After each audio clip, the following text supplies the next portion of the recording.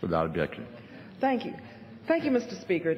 This evening I stand with my colleagues to discuss an issue that's very important to this country, and that's our country's relations with Cuba. It's been 50 years, 5 decades of a failed policy. Our wrong-headed policy towards Cuba, born of Cold War tensions, has failed. Our policies have been in dire need of updating ever since. This island nation, which lies just 90 miles from our shores, one of our closest neighbors, should be a partner in our hemisphere, not an estranged country or enemy. Along with so many of my congressional colleagues, many of whom are gathered here tonight, we have been fighting to make that reality for decades. I would now like to move forward and just talk a little bit about some of the issues that many of us have been involved in, and then yield to my colleagues.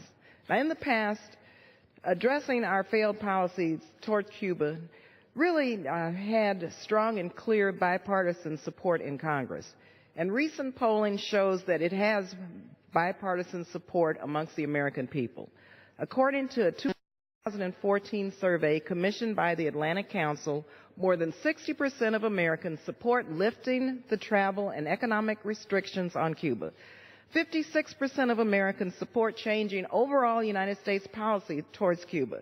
That includes 63% of Floridians, 62% of Latinos, and 52% of Republicans. Thanks to recent very bold actions from President Obama, we have finally made some headway in this fight. We have started down the long and hard road to ending our failed policies and establishing policies that promote the freedoms of Americans and Cubans, also that encourage trade and job creation here in the United States, and supports the open exchange of critical medical developments, research to treat diseases that afflict many Americans. In December, the President announced that the United States will reestablish diplomatic ties, facilitate travel, improve commercial exchanges and telecommunications, and a variety of other policies. This is a welcome and long overdue response to our calls and the calls of many advocates both in this body and outside from Cuba, the United States, and around the world. Today we come to the floor first to thank President Obama for his leadership and to discuss the important changes that he has brought about through his action. But at the same time, we're here to call on this Congress to act to end the outdated embargo while maintaining our nation's unwavering commitment to human rights and democracy.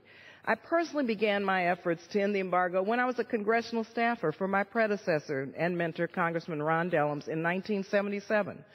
Since then, I've traveled to Cuba more than 20 times and led several congressional delegations to that island. And quite frankly, each time that I'm there, I'm struck by how much both of our nations would benefit from improved relations.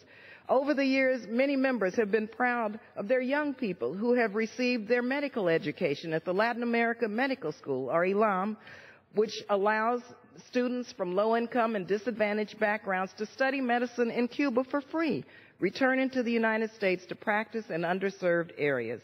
And when I was chair of the Congressional Black Caucus in the 112th Congress, I was honored to lead a delegation to talk with Cuban officials, including President Raul Castro, to determine their willingness to engage in dialogue with no preconditions in an effort to move toward normalization of relations.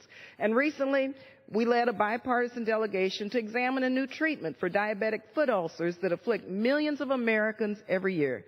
Tragically, this condition often ends in amputations and sometimes death for patients. This new treatment has been developed. It's highly effective. Hopefully, Americans can benefit from this treatment if we ended the embargo.